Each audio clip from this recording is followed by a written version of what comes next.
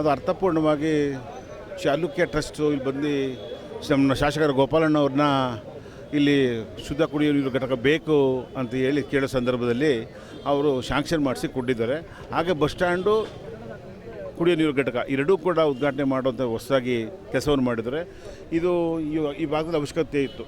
ಸಾವಿರಾರು ಜನ ಬಂದು ಬೆಳಗ್ಗೆ ಎದ್ದು ಇರೋಂಥ ಜನ ಇಲ್ಲ, ಇಲ್ಲಿ ನೀರಿನ ಅವಶ್ಯಕತೆ ಇತ್ತು, ಭಾಳ ಬೇಕು ಅಂತೇಳಿ ಅದನ್ನು ಗಮನ ಕೊಟ್ಟು ಗಮನ ಹರಿಸಿ ಆ ಸಂಘದವ್ರನ್ನ ಪಬ್ಲಿಕ್ನೆಲ್ಲ ಕೇಳ್ಕೊಂಡು ಬಂದು ಈ ಒಂದು ಘಟಕವನ್ನು ಮಾಡಿದ್ದೀವಿ. ಹಾಗೆ ಬಸ್ ಸ್ಟ್ಯಾಂಡು ಕೂಡ ಮಾಡಿದ್ದೀವಿ. ಇಲ್ಲಿ 5 ರೂಪಾಯಿ ಕಾಯಿನ್ ಹಾಕಿದ್ರೆ 20 ಲೀಟರ್ ನೀರು ಬರುತ್ತೆ. ಇದು ಈಗಾಗಲೇ ನಮ್ಮ ಕ್ಷೇತ್ರದಲ್ಲಿ 87 ಘಟಕ ಇದೆ. ಇದು ಕನಕಪುರದಲ್ಲಿ ನೋಡಿದ್ದು ಈಗಾಗಲೇ 10 ವರ್ಷ ಹಿಂದೆ.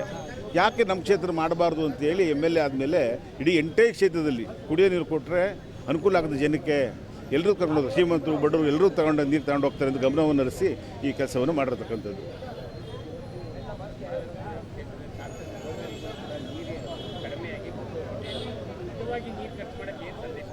ಈಗ ಭಾಳಷ್ಟು ಮಳೆ ಬರಬೇಕಾಗ್ತಿತ್ತು, ಇನ್ನೂ ಬಂದಿಲ್ಲ. ನೀರಿನ ಮಟ್ಟ ಕೆರಡೆ ಹೋಗೋದ್ರಿಂದ ಬೋರಲ್ಲಿ ನೀರು ಬರ್ತಾ ಇಲ್ಲ. ಹೆಣ್ಮಕ್ಳಲ್ಲಿ ಗಂಡು ಮಕ್ಕಳಲ್ಲಿ ವಿನಂತಿ ಮಾಡ್ಕೊಳ್ತೀವಿ, ಈ ಸಂದರ್ಭದಲ್ಲಿ ನೀರು ಮಿತಿಯಾಗಿ ಬಳಸಬೇಕು. ಮಿತಿಯಾಗಿ ಬಳಸದೆ ಹೋದರೆ ನೀರಿನ ಸಮಸ್ಯೆ ಆಗುತ್ತೆ. ಎಲ್ಲರೂ ಕೈ ಮುಗಿದು ಕೇಳ್ಕೊಳ್ತೀನಿ, ಈ ನೋಡೋರು ಎಲ್ಲರೂ ಕೇಳಿಸ್ಕೊಳ್ಳೋರು ಎಲ್ಲರೂ ಕೂಡ ತಮ್ಮ ಮನೆ ಮೇಲೆ ಒಂದೊಂದು ಬಟ್ಲು ನೀರನ್ನು ಮಡಗಿದ್ರೆ ಹಕ್ಕಿ ಪಕ್ಷಿಗಳು ಅದನ್ನು ಕುಡಿದು ಜೀವ ಉಳಿಸ್ಕೊಳ್ತವೆ ಅಂತ ಈ ಸಂದರ್ಭದಲ್ಲಿ ಹೇಳ್ತೇನೆ.